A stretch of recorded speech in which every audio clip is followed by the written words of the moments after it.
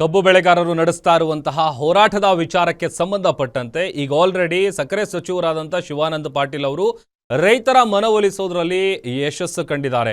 ಇದೇ ವಿಚಾರಕ್ಕೆ ಸಂಬಂಧಪಟ್ಟಂತೆ ನಮ್ಮ ಪ್ರತಿನಿಧಿ ದುರ್ದುಂಡಯ್ಯ ನೇರ ಸಂಪರ್ಕದಲ್ಲಿ ಜಾಯಿನ್ ಆಗ್ತಾ ಇದ್ದಾರೆ ಹೆಚ್ಚಿನ ಡೀಟೇಲ್ಸ್ ಅನ್ನ ಕೊಡೋದಕ್ಕೆ. ದುರ್ದುಂಡಯ್ಯ, ಈಗ ನಾಳೆ ಎಲ್ಲ ರಾಷ್ಟ್ರೀಯ ಹೆದ್ದಾರಿಗಳನ್ನ ತಡಿಬೇಕು ಅನ್ನುವಂಥ ಪ್ಲಾನ್ ಆಗಿತ್ತು, ಬಟ್ ಈಗ 2 ದಿನಗಳ ಕಾಲ ಟೈಮ್ ಎಕ್ಸ್ಟೆಂಡ್ ಆಗಿದೆ. ಸರ್ಕಾರಕ್ಕೆ 2 ದಿನ ಡೆಡ್ಲೈನ್ ಕೊಟ್ಟಿದ್ದಾರೆ. ಮುಂದೆ ಏನ್ ಮಾಡ್ತಾರೆ ರೈತರು ಈಗ ಅಂತ?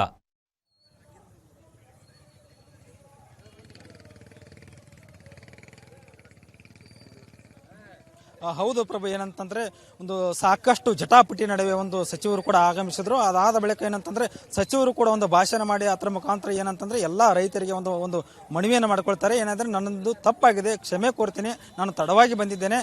ಏನಂತಂದ್ರೆ ಇಲ್ಲಿ ಇರ್ತಕ್ಕಂಥ ಸಚಿವರಾಗಿರ್ಬೋದು, ಡಿ ಸಿ ಆಗಿರಬಹುದು, ತಮ್ಮ ಮನವೊಲಿಸುವಂತ ಪ್ರಯತ್ನ ಮಾಡ್ತಾರೆ ಅನ್ನೋ ಒಂದು ನಿಟ್ಟಿನಲ್ಲಿ ನಾನು ಈ ಸಚಿವರ ರೈತರ ಒಂದು ಧರಣಿಗೆ ನಾನು ಮುಂದಾಗಲಿಲ್ಲ, ಧರಣಿಗೆ ಭೇಟಿ ನೀಡುವಲ್ಲಿ ಮುಂದಾಗಲಿಲ್ಲ. ಅದಾದ ಬಳಿಕ ನಾನು ತಡವಾಗಿ ಬಂದಿದ್ದೇನೆ, ನಾನು ನಿಮ್ಮಲ್ಲಿ ಕ್ಷಮೆ ಕೋರ್ತೇನೆ ಎಂದು ಹೇಳುತ್ತಾ ಏನಂತಂದ್ರೆ ಈಗ ಆಲ್ರೆಡಿ ನಾನು CM ಅವ್ರ ಜೊತೆ ಮಾತನಾಡಿದ್ದೇನೆ, ನನಗೆ 2 ದಿನ ಕಾಲಾವಕಾಶ ಕೊಡಿ.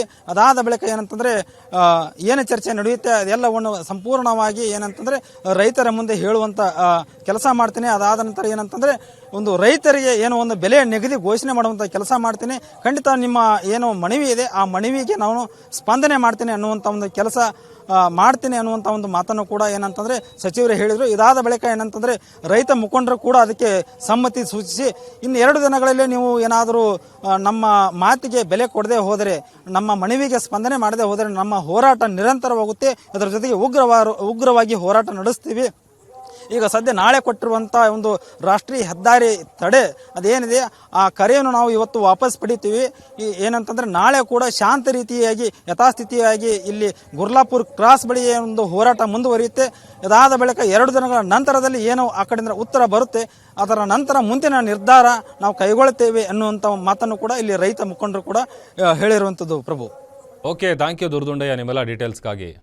ಈಗ ನಾಳೆ CM ಸಿದ್ದರಾಮಯ್ಯ ಅವರು ಬೆಳಗ್ಗೆ 11 ಗಂಟೆಗೆ ರಾಜ್ಯದ ಎಲ್ಲ ಸಕ್ಕರೆ ಕಾರ್ಖಾನೆ ಮಾಲೀಕರ ಮೀಟಿಂಗನ್ನು ಕರೆದಿದ್ದಾರೆ. ಅದರ ಜೊತೆಗೆ ಮಧ್ಯಾಹ್ನ 1 ಗಂಟೆಗೆ ಬಾಗಲಕೋಟೆ, ಹಾವೇರಿ, ಅದರ ಜೊತೆಗೆ ಈಗ ಏನು ಬೆಳಗಾವಿಯಲ್ಲಿ ನಡೀತಾ ಇರುವಂಥ ಪ್ರೊಟೆಸ್ಟ್ ವಿಚಾರಕ್ಕೆ ಸಂಬಂಧಪಟ್ಟಂತೆ ರೈತ ಮುಖಂಡರ ಸಭೆ ಕೂಡ ಮಧ್ಯಾಹ್ನ 1 ಗಂಟೆ ಕರೆದಿದ್ದಾರೆ. ಅದಾದ ಮೇಲೆ ಪ್ರಧಾನಮಂತ್ರಿಗಳಿಗೂ ಕೂಡ ಪತ್ರ ಬರೀತೀನಿ, ಭೇಟಿಗೆ ಟೈಮ್ ಕೇಳ್ತೀನಿ ಅಂತ ಹೇಳಿದ್ದಾರೆ. ನಾಳೆ ಮಹತ್ವದ ಮೀಟಿಂಗ್ನಲ್ಲಿ ಏನೆಲ್ಲ ವಿಚಾರ ಚರ್ಚೆ ಆಗುತ್ತೆ, ಈಗ ರೈತರ ಹೋರಾಟಕ್ಕೆ ಮಣಿದು ಅವರ ಒಂದು ಡಿಮ್ಯಾಂಡ್ ಅನ್ನ ಫುಲ್ಫಿಲ್ ಮಾಡುತ್ತಾ ಇಲ್ವಾ ಸರ್ಕಾರ ಅನ್ನುವಂಥದ್ದು ಕಾದ್ ನೋಡಬೇಕಾಗಿದೆ. ಇದಿಷ್ಟು ಇವರೆಗಿನ ಪ್ರಮುಖ ಅಪ್ಡೇಟ್ಸ್. ನೋಡ್ತಾರಿ ಗ್ಯಾರಂಟಿ ನ್ಯೂಸ್, ಸುದ್ದಿ ಖಚಿತ, ನ್ಯಾಯ ನಿಶ್ಚಿತ.